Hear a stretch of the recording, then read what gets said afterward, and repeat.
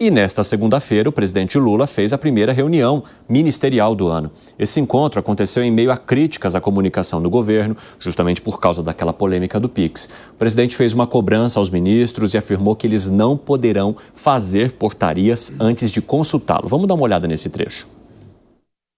Mas o que eu quero de vocês é o seguinte: daqui para frente é dedicação.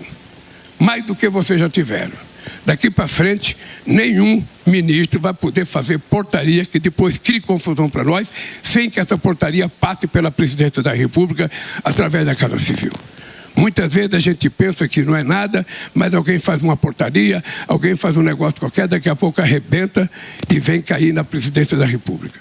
No lugar de portaria, caberia muito bem porcaria, né? O ministro vai lá e faz porcaria, não avisa a gente, depois da maior confusão.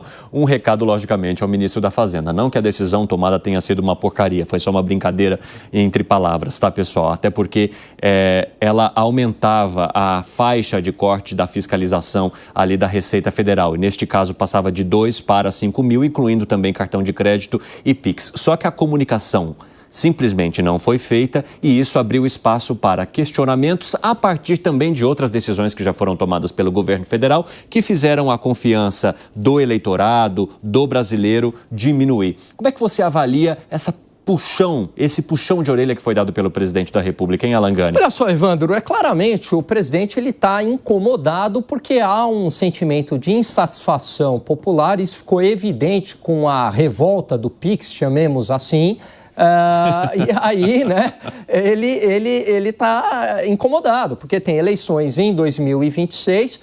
A verdade é que o PT não foi bem também nas eleições municipais e, apesar de um aquecimento da atividade econômica e um aquecimento no mercado de trabalho, o presidente não consegue capitalizar isso da maneira que ele gostaria. E aí é natural que haja uma cobrança em cima dos ministros. O que está acontecendo que essa popularidade não vem e a população está insatisfeita? Ô Piperno, eu já te chamei de todos os nomes aqui na minha cabeça. Ô Piperno, você acredita que essa seja uma responsabilidade exclusiva dos ministros ou o presidente da República não está conduzindo bem os seus pupilos? Há uma meia-culpa aí, digamos. Eu acho que tem muito de meia-culpa, sim, porque, afinal de contas, se os ministros até aqui atuaram e agiram de forma absolutamente descoordenada, isso também é porque faltou melhor orientação. Agora, o presidente tem, sim, a obrigação de chamar a atenção dos ministros para essa correção de rota. Por isso, inclusive, que mexeu na área de comunicação. Vou dar um exemplo rápido. A gente fala aqui, por exemplo, toda hora de segurança pública, de projetos que têm que ser feitos e tal. Eu fui olhar esses dias, ontem, no site da SECOM, por exemplo, tem lá uma notícia sobre a renovação da Força de Segurança Nacional que atua na região lá do Alto Solimões e Rio Negro, né, por mais 90 dias. Isso vem sendo feito sucessivamente. Por quê? Para combater exatamente o tráfego e atividades ilegais que acontecem nos rios e lá na região. Pergunta: em algum momento isso foi comunicado para a sociedade, que essa operação ela acontece e não é de hoje? Então, eu acho que a cobrança tem que ser feita assim. O problema é só de comunicação, Gustavo Segré? Não é de comunicação, não. E me parece, Evandro, que essa fala do presidente mostra um pouco de frustração em termos do que estão aportando, em termos do que a sociedade está captando como um aporte do governo, e tudo isso se traduz numa bronca que o presidente deu para os ministros, e especificamente, nesse caso, sem mencioná-lo, para o Fernando Haddad por causa do Pix. Mas a responsabilidade não é delegada. Essa é a primeira frase que qualquer estudante de administração, quando entra na faculdade, observa. Você não pode deslindar a sua responsabilidade. E a responsabilidade é do presidente, seja de uma companhia, seja de uma ONG, seja do que quer que for, inclusive do país. Então, talvez o presidente deveria avaliar se o que ele está passando, como muito bem indicou Piperno, essas coordenadas para os seus ministros estão sendo bem recepcionadas. Vai ter reforma ministerial, cada dia é mais notório isso. Mas me parece que o presidente leu uma pesquisa que disse que 18% dos seus eleitores estão frustrados com o que estão observando do governo. E talvez por isso essa chamada de atenção, dito de uma forma mais generosa para os seus ministros. O presidente também disse que não há espaço para falhas. Vamos acompanhar. O que eu quero dizer para vocês é que 2026 já começou. Se não por nós, porque temos que trabalhar, porque temos que carpinar, porque temos que tirar todos os carrapichos que tiver nas plantas que nós plantamos, mas pelos adversários, a eleição do ano que vem já começou. É só ver o que vocês assistem na internet para vocês perceberem que eles já estão em campanha. E nós não podemos antecipar a campanha porque nós temos que trabalhar. E a antecipação da campanha para nós é trabalhar, trabalhar, trabalhar e entregar para o povo aquilo que ele precisa.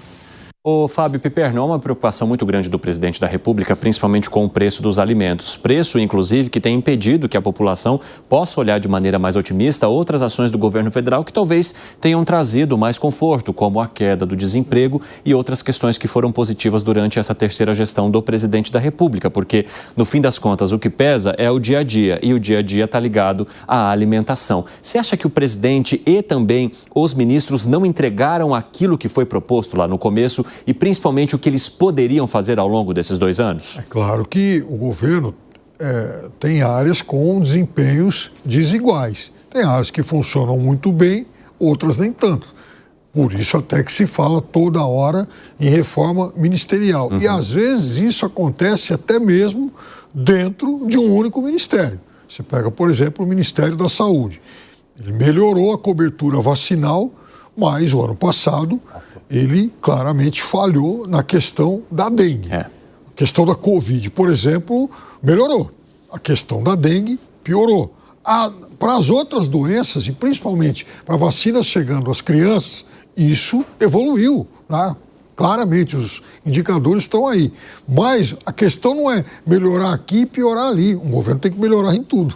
A questão que eu percebo sobre a saúde também é que há uma dificuldade em lidar com os surtos, né? Então, a Covid melhorou, mas é porque eles não estão lidando mais com uma pandemia, e sim com casos que vão aparecendo e que precisam ser controlados no momento em que se entende muito mais da doença. Mas a dengue, a gente convive com ela há dezenas de anos, e mesmo assim, quando há uma situação de surto, que é comunicada inclusive porque várias autoridades acompanham essa possibilidade por conta do ciclo da dengue aqui no país, mesmo assim o Ministério da Saúde é pego desprevenido. Não dá mais para aceitar uma situação como essa. Não dá, né? E a dengue está aí desde a década de 80, ou talvez até antes, então não tem mais desculpa, sempre a dengue esteve aí, até porque agora, Evandro, também tem vacina, né? Então, os meios para prevenção da doença agora se sofisticaram. E aí, é claro que o governo acaba tendo responsabilidade, né? Por que não um programa de vacinação em massa contra a dengue? Não há vacinas suficientes, houve recentemente perdas